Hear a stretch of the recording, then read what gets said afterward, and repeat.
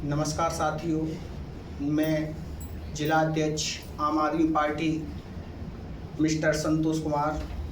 मैं आग्रह करना चाहता हूं कि जो हमारे शिक्षा मंत्री हैं धर्मेंद्र प्रधान जी, उनको अपनी गद्दी से इतना प्रेम क्यों है?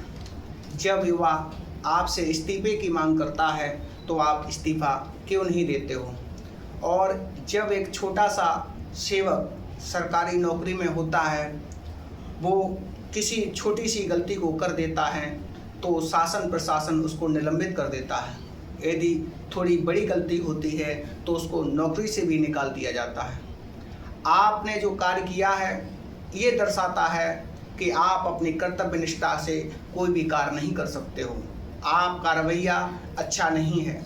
आपने जो अभी तक जितनी भी प्रकार की कंपटीशन की परीक्षाएं कराई हैं, आप उसमें विफल हुए हैं। इससे क्या होता है कि हमारे जो नौजवान हैं, हमारी बहन हैं, बेटियां हैं और हमारे बेटे हैं, उनके भविष्य के साथ आपने खिलवाड़ किया है और उनका मनोबल काफ़ी गिरा है।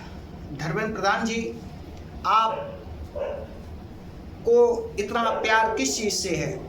आप क्या चाहते हैं? जब आप एक निष्पक्ष पारदर्शी परीक्षा नहीं करा सकते हैं तो आपको पद पर रहने का कोई अधिकार नहीं है। जिस युवा ने, जिस किसान ने, जिस मजदूर ने आपको इस पद तक पहुंचाया है और आपको जिताया है, तो आपसे मैं अनुग्रह करना चाहूँगा कि जब आज का युवा आपसे इस्तीफे की मांग करता है तो आपको इस्तीफा दे देना चाहिए। आप क्यों नहीं दे रहे? इसका कारण क्या है?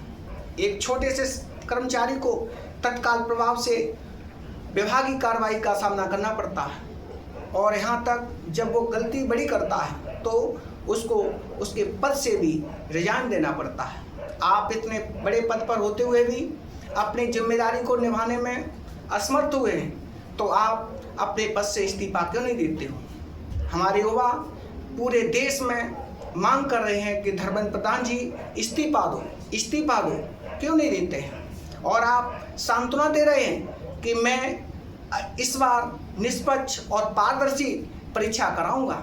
आप क्या निष्पक्ष और पारदर्शी परीक्षा कराएंगे? मैं आपसे कहना चाहता हूं कि आपने जो कहा है कि इस बार आर्मी को लगा दिया, हेलीकॉप्टर फाइटर जेट से जो पेपर आएंगे, आपने सेना का अपमान किया है। सेना हमारी रक्षा करने के लिए है, न कि विद्यार्थियों को परीक्षा दिलाने के लिए। मैं आपसे अनुग्रह करना चाहता हूं और कह देना चाहता हूं कि आपको इस्तीफा देना ही होगा। यदि आवश्यकता पड़ी तो आम आदमी पार्टी और हमारे जितने भी युवा कार्यकर्ता हैं, उन सबको इस मिशन को और धर्मेंद्र प्रधान के इस्तीफे की मांग जोर शोर से करनी पड़ेगी।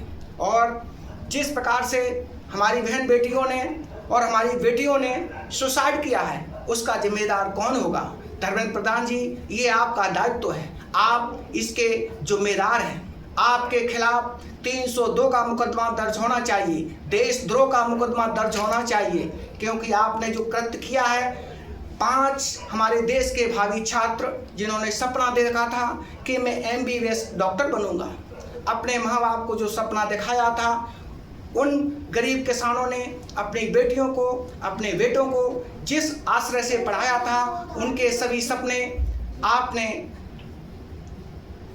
अधूरे कर दिए हैं। उनके मिशन को बिल्कुल खत्म कर दिया है।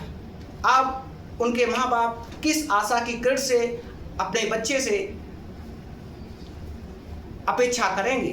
क्योंकि वो गरीब किसान के बेटे जिन्होंने कर्ज लिया था, वो गरीब के बेटे जो मजदूरी कर कर इतना अर्जन करके कोचिंग की थी, रात दिन जिन्होंने परिश्रम किया था, जिनकी आंखों पर चश्मे लग गए थे, बाल सफ़ेद पड़ गए थे, इतना परिश्रम किया, रातों रात सोए नहीं, खाना खाने के लिए पर्याप्त नहीं होता था। उन्होंने सपना देखा था कि मैं आने वाले समय में एक अच्छा डॉक्टर, अच्छा IPS, अच्छा PCS, जो भी तैयारी उन्होंने कंपटीशन की थी, वो उनकी कंपटीशन की तैयारी आपके माध्यम से धरी की धरी रह गई। मैं आपको आश्वस्त करना चाहता हूं कि आपको अपने पद से इस्तीफा दे देना ही चाहिए। मैं आदरणीय नरेंद्र मोदी जी से भी कहना चाहता हूं कि महोदय, आपने भी कहा था कि मेरे क्या है, मेरे आगे ना अपना पीछे पगा, मैं तो जैसा था वैसा ही रहना है, और आवश्यकता पड़ी तो मैं फिर से वनवास के लिए चला जाऊंगा। मैं देश के प्रधानमंत्री से भी आग्रह करना चाहता हूं, आज देश की जनता आपके कार्य से संतुष्ट नहीं है।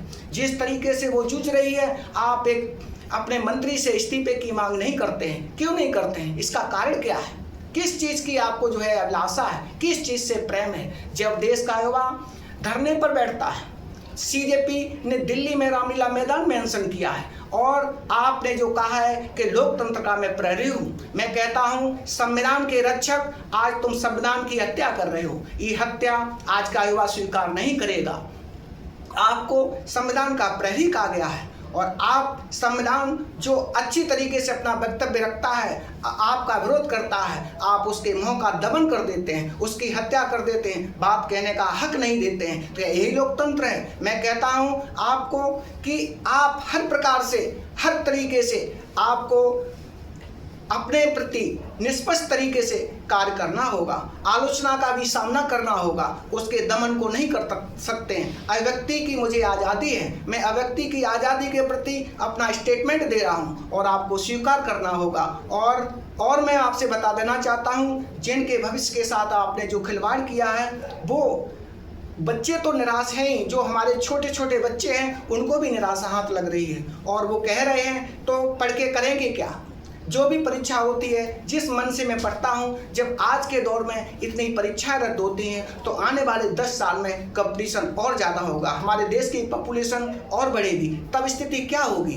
तो इसलिए मैं आग्रह करना चाहता हूं कि हमारे बच्चों का भविष्य को ध्यान में रखते हुए, और हमारे जो युवा हैं जिनके साथ आपने खिलवाड़ किया है, उसके लिए दोषी आप हैं। और 22-23 लाख लोगों ने जो नीट की एग्ज़ाम दी थी, 23 लाख लोगों ने जो नीट की एग्ज़ाम दी थी, उनका जो खर्चा हुआ है, उनसे मैं आग्रह करना चाहता हूं कि उनके प्रति व्यक्ति के हिसाब से जितने भी अभ्यर्थी हैं, 20-20 लाख रुपए सबके अकाउंट में आप डालिए, जिससे कि वो कर्जे से मुक्ति पा सकें। और अपने पद से आपको इस्तीफा देना ही होगा, और आवश्यकता पड़ने पर मैं सीजेपी का पुरजोर तरीके से साथ देने को तैयार हूँ, और मैं आपसे इस्तीफे की मांग करता हूँ, आपको इस्तीफा देना ही होगा। जय हिंद, जय भारत।